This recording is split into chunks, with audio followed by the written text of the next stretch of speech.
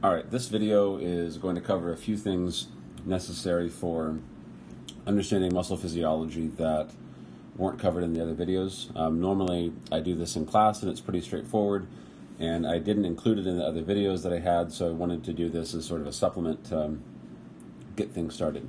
If you look at the review sheet that I have posted, the first half of the first page or so is a set of terms. And I want to go through at least the majority of those terms because there's a lot of technical terminology here. And some of those terms have meanings in sort of non-scientific language, and we have to redefine them here to be a little bit more precise. And so for this exam, correctly using this terminology, a few of them in particular, is really important for making sense out of what muscles are doing. And so I'll start off with the beginning of that list, the terms tension, contract, and relax. And the biggest thing in all this that I can't emphasize enough is the only thing that muscles can do is contract or relax. And contracting really just means generating tension. And tension is just force. So tension is, the force that a muscle produces, and the only thing that muscles can really try to do is to get shorter. So I'm going to jump down to the anatomy slides for a minute and just try to find an example. So if you would look, for example, I'm on page 46. The muscle that I picked doesn't really matter because this applies to all of them. For example, that muscle right there is the pectoralis major. On these images, everything in red are muscles. Everything in white are either tendons or ligaments. For the most part, these are all tendons because we're looking at muscle anatomy. And so if you look closely, you'll see attachments to the sternum, and you'll see attachments to the clavicle. And the drawings on this, the computer-generated drawings, I guess, notice that the muscle fibers are being illustrated going in this direction. All right, they're all fanning down to a central point. There are multiple muscles here, and so you can't see the exact attachment point, but you know that it's got to be the humerus.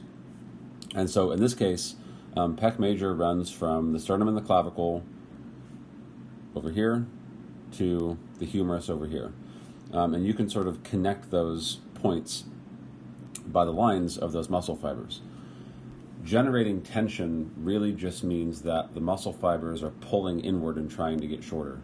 I think of it very much like if you imagine, a ratchet strap, the thing that you would use to tie something down to the back of a truck, and you crank the ratchet and the strap keeps getting shorter and shorter and shorter and tightening. You can almost imagine like there's, a little ratchet device in the middle of those muscle fibers, with a buckle that you can crank.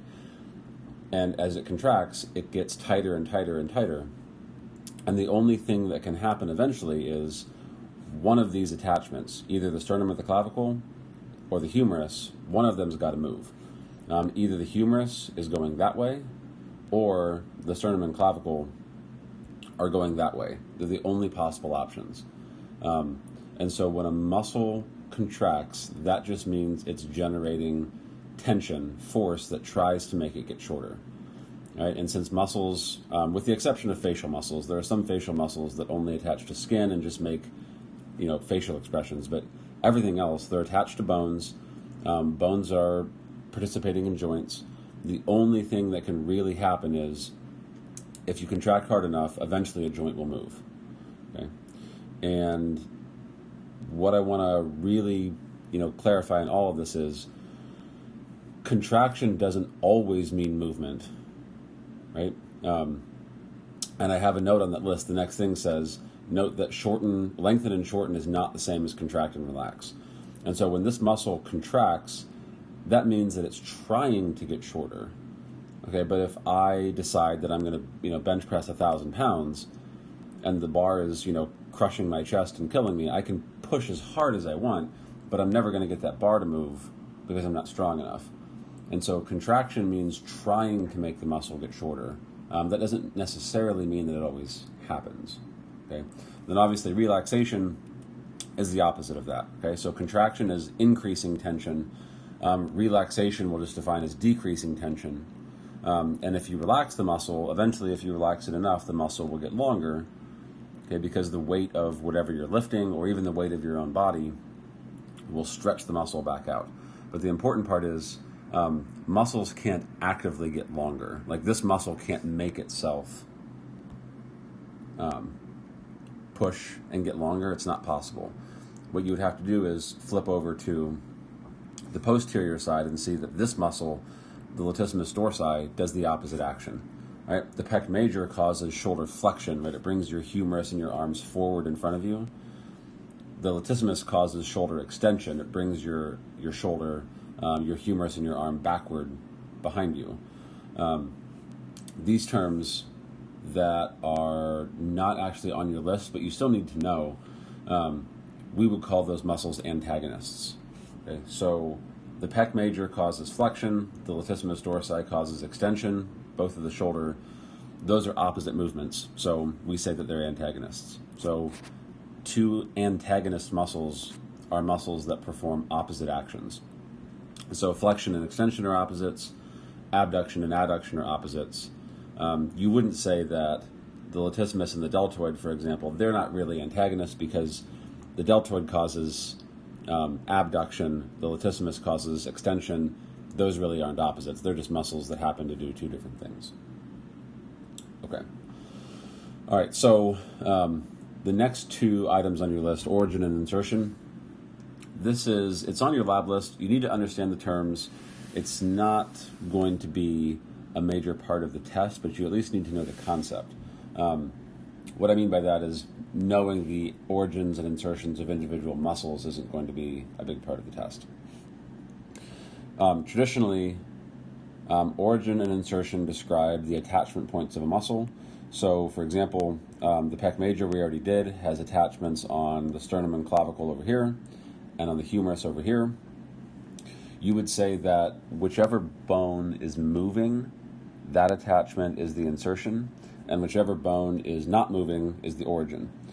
For the most part, if you imagine this person moving their arm forward in front of them like they're reaching out to shake someone's hand, the humerus is doing the moving, and so that would be the insertion, and the sternum and clavicle would be the origin. Things can change, though. If you imagine somebody getting down on the ground and doing a push-up, now their chest is going up and down, and so the sternum and clavicle are doing the moving. And so on your list, the anatomy list, I have the origin and insertion listed as which one's most commonly moving. And for some muscles, like the pec major, like I said, that can flip back and forth.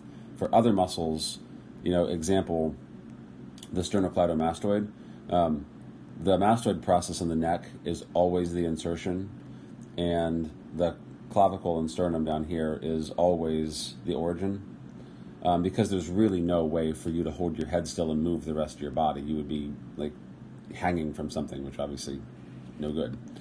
So some muscles like this, it's pretty much impossible to switch the origin and insertion.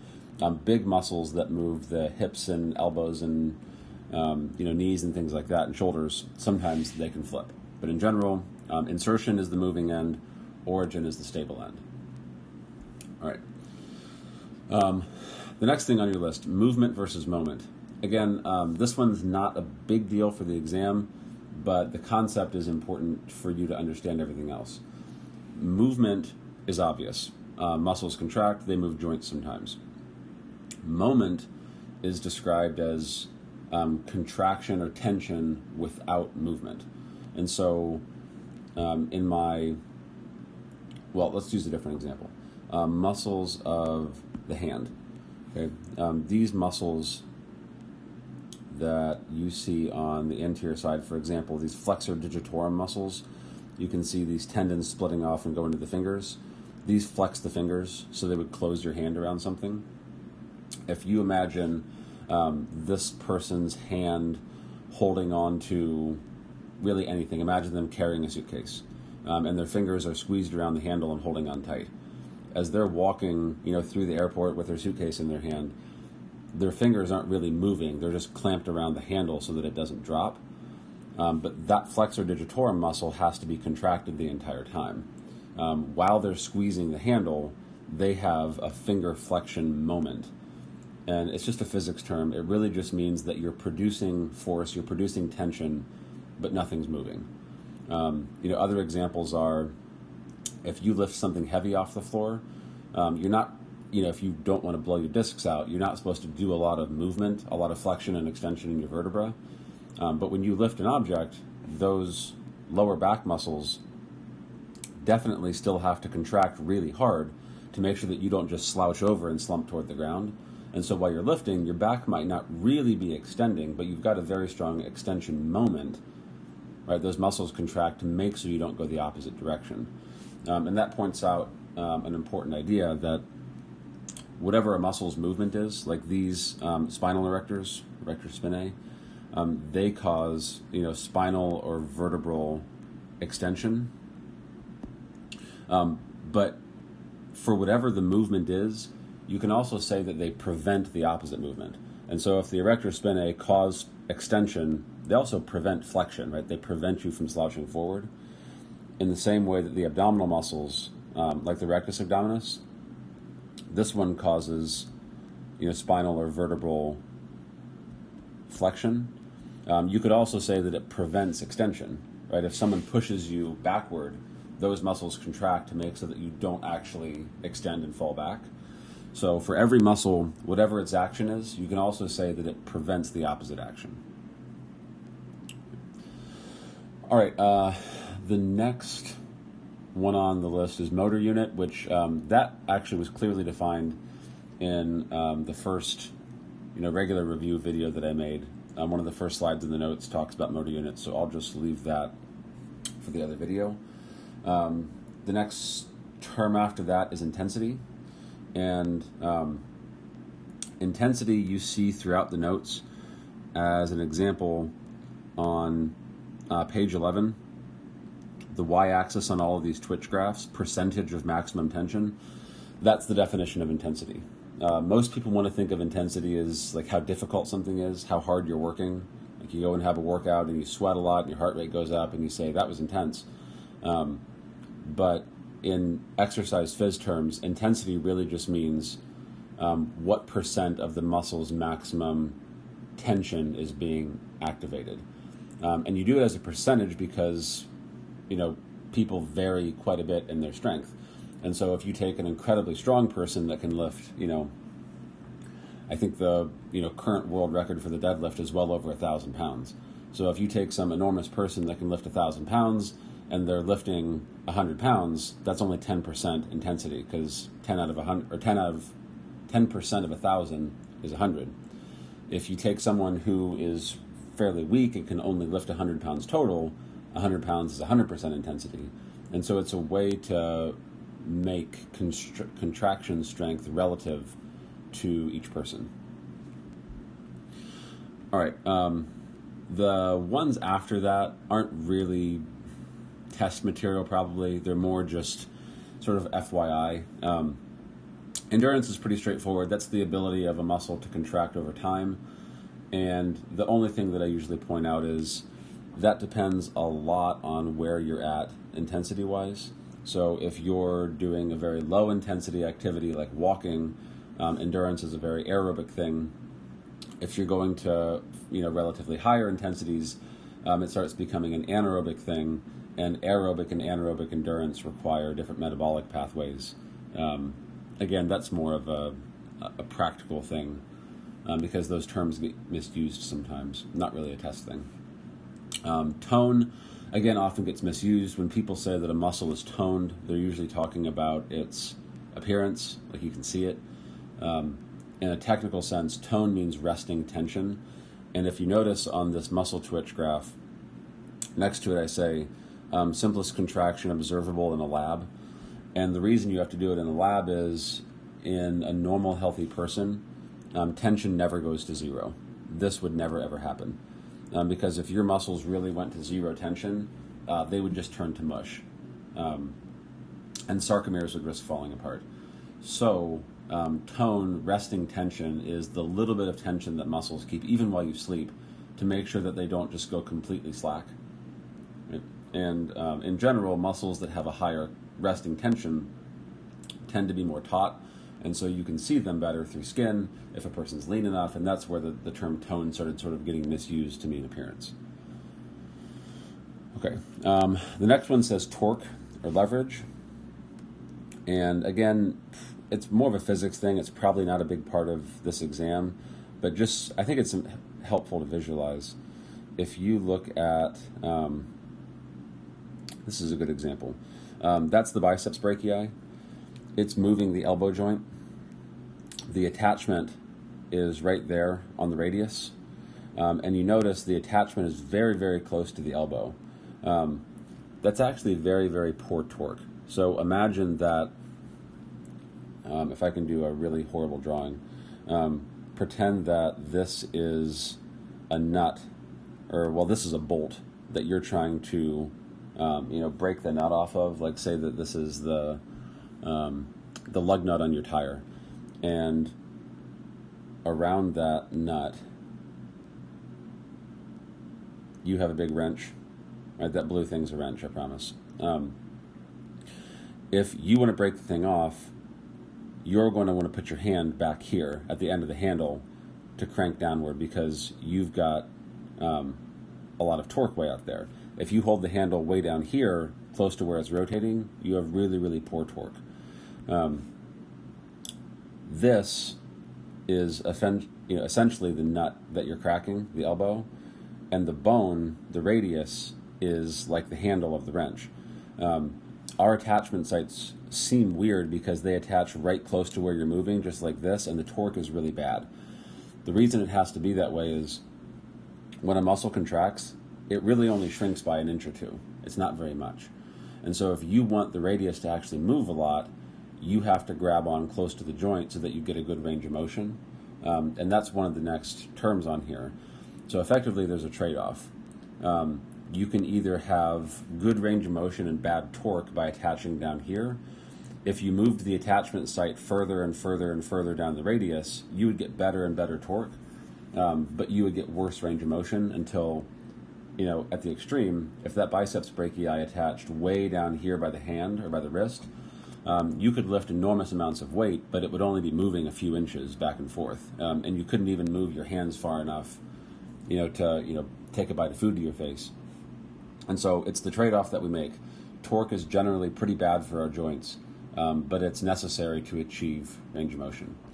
Okay? And those next two terms, flexibility and range of motion, all I'm trying to point out there is flexibility usually refers to a muscle's ability to stretch, and that's pretty straightforward. Range of motion is normally used to describe joints, and all I'm getting at with that is if somebody has poor range of motion, sometimes it might be because of flexibility, the muscles are just tight, but it could also be because of joint problems, it could be because of neurological problems, and so usually people equate the two. Flexibility and range of motion are the same.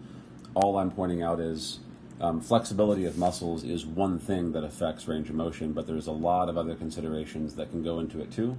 And so if you have a patient that has poor range of motion, don't immediately assume that it's a muscle thing. Probably more often than not, it could be a joint thing or a neurological thing.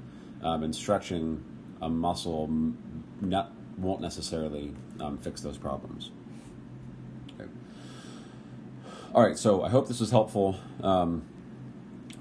Tackle this video, make sure you understand those terms, and then you can jump into the muscle physiology part 1 and try to do the order of events item list that I have in the practice quizzes that I posted. And before too long, I will put up a video making essentially answers going through that list to make sure that you're good with the muscle physiology sequence.